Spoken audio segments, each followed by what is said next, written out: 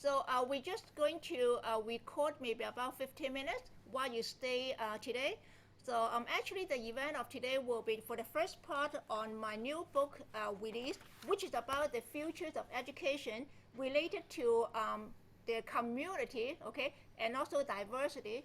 And then the second part will be a debate on the resilient art, because under COVID-19, a lot of artists and art-related service providers, they need to reimagine how to deliver the services. And somebody argued that art actually related to culture, and we have three main areas to discuss and also debate. So the first part will be about technology and humanistic thinking applied into art.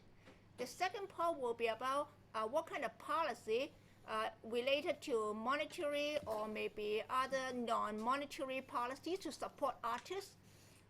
And the last one will be about curriculum design, how we can add some new element for the art community so that they can have more diversified thinking, may not be just only focused on art, but maybe they can use art, the painting or those as a souvenir, or maybe use it as a book cover, or you can use the art related or those as the tote bag. So all these are designed by me. These are all the new things I have learned under COVID-19 besides on the book publication. So now your turn. You want to share about your opinion so that I can write down some points. So what do you think about art and technology? If I may start? Yeah. Technology is the skills, and there is no art without technology. First thing. Secondly, we have so many, if you look what they do, arts when they produce a video, it's technology. Right. What I think what you mean is how can you introduce the idea of arts or aesthetics, I would say, into technology. And that's a good field. How would people who are straight thinkers, like all technicians, how would they understand that they have to account for aesthetics? So good looking, perception, appreciation. I think that is what just comes to my mind in that. So you mean that artists actually they can produce content, and the content will be related to culture, diversity. However, for the technology expert, the specialist, they need to think from the artist, the perspective, how to make use of the content, and so that they can generate revenue, right? You said this much better than I said it. I usually learn how to rephrase so that a lot of laymen they know what we are going to talk about. Yeah, I think that the word content is what I left in my contribution. So you're right. The artist's content and the contribution of the technologist or technician, which also has to be related to content. Right. Okay, thank you. All right. Okay. Thank you so much. So for the second point, do you think any policy that you think may be good practice in the European country, US, or either other country that they are using to support the art community that you heard about it? Well, if we go to COVID right now, the artists are, well, they are affected because they cannot really perform. If you talk about performing arts, they cannot connect in the open because we have restrictions. And there are policies that's very, very, to that present moment, there are policies to support them. But I think this is not what you mean. How can policies support artists to get to use technology, to understand sustainable development, to connect to philosophy, I would say, and that's a good topic.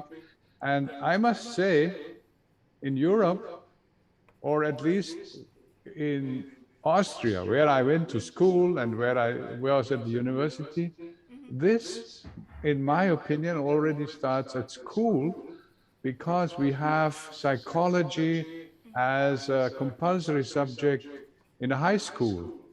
So when you have this, psychology and above all philosophy, that's, by the way, when you talk about humanism, the word humanistic is ingrained in the Austrian system of education, because what I attended was a humanistisches Gymnasium, meaning a high school which teaches humanism. Right. And that's where I think a policy must start. You must tell young people that philosophy and psychology is a part of life. Whether you are an artist or a technician, so for a start, take this to the schools, which I don't know whether this will be the case in Asia. I just wrote a paper, by the way, about the color of artificial intelligence, which means when you buy artificial intelligence in China, this is ingrained with Chinese philosophy, meaning mainly that the individual doesn't count as much as a group. So, and in this paper, I found out that right now Confucianism has a big revival in business education. I don't know if it's true. It was just one quote. Perhaps it was propaganda. You don't know. But that's what I say. From the schools to the universities, and then certainly into adult training, connect to philosophy and psychology. So My brief statement. yeah, I just briefly draw a diagram, an ecosystem, 3 circles. The first ecosystem will be we need to learn about artists, the artist community, how they think when they produce the content, and also think about the difficulties they come across under COVID-19. Yeah, that's the first thing. We have to understand artists. Yep. Right. The second community will be from the technology side, the expert. When they talk about metaverse, talk about NFT, they have their own language. So we need to convert the technical jargon into a layman language so that artists exactly. or educators understand what they're talking about. And the third community will be about, you just mentioned about psychology, is the way of thinking. So all those kind of psychologists or educators will be another kind of ecosystem. So if we combine the 3 ecosystems, the common area will be we know how to resilience, because we can have a shared vision how to support each other. So I think that will be the first framework, and then follow with this, and I will add more content and also comment with the rest of the stakeholders. That's wonderful, because what you added to my thoughts is first you have to understand how the brain of an artist works. Yeah, And exactly. that's what you say. And people don't really care. So they look at the output. Well, they may also talk to the artist and ask him why and how. So that's what you mean. Thank you. Okay, thank you, buddy. Thank you for joining us. Okay, bye-bye.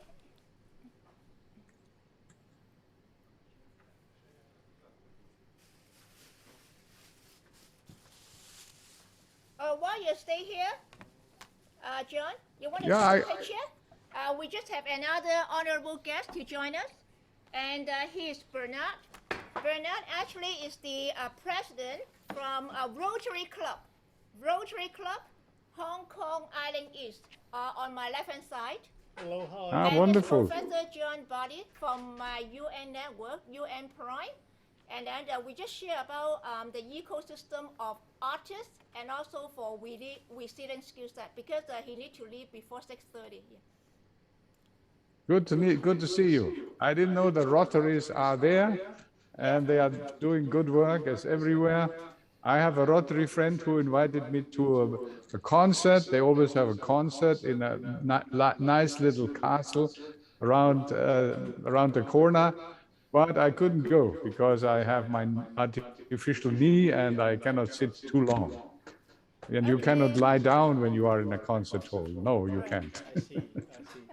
So actually, Bernard is the judge for our United Nations UNOSSC. Remember, sometime I sent you information for the Entrepreneurial Academy that I designed in the past about 7 years, and he's one of the invited judge in the past, I think, 3 or 4 years already. Yeah. Oh, yeah. Okay, Well, you so may next know, speaker- Shirley, I don't know if you know my background, but I was in business. I was in business for 30 years at BASF. You may know the company, the chemical company. And so entrepreneurship was one, I would say, one facet where we had to evaluate the managers. So one was knowledge, one was principles of guiding, one was empathy, blah, blah, blah, and one was certainly entrepreneurship. So I was in accounting. How do you perform entrepreneurship in accounting? You don't buy and sell anything. So the question was, what does your field, in my case, accounting and finance, contribute to the well-being of the company? Oh, very interesting.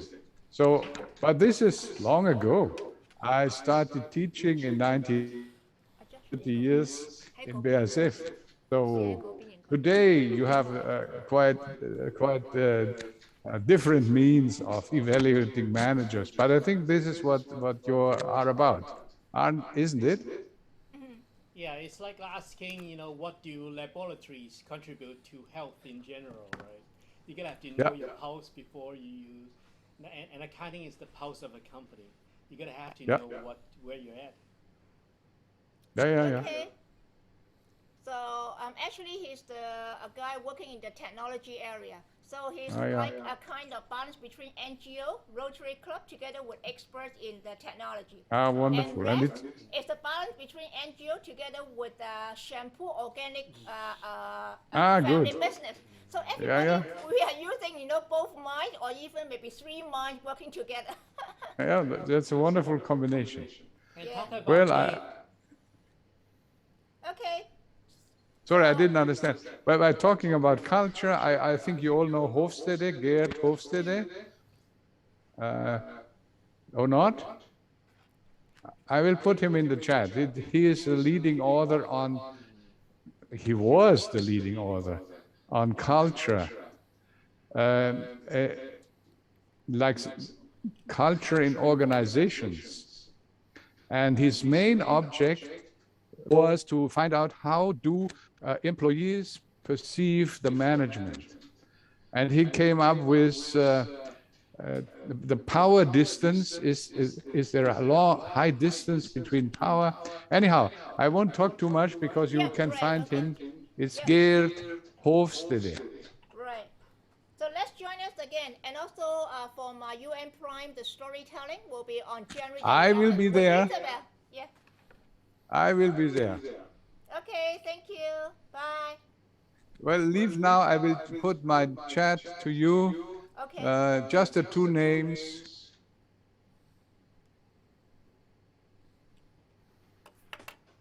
And then I see you on the 11th. Yep. All right. Bye. Take care. Happy Bye-bye. New Year. Thank you so much. Bye. Bye. Happy New Year.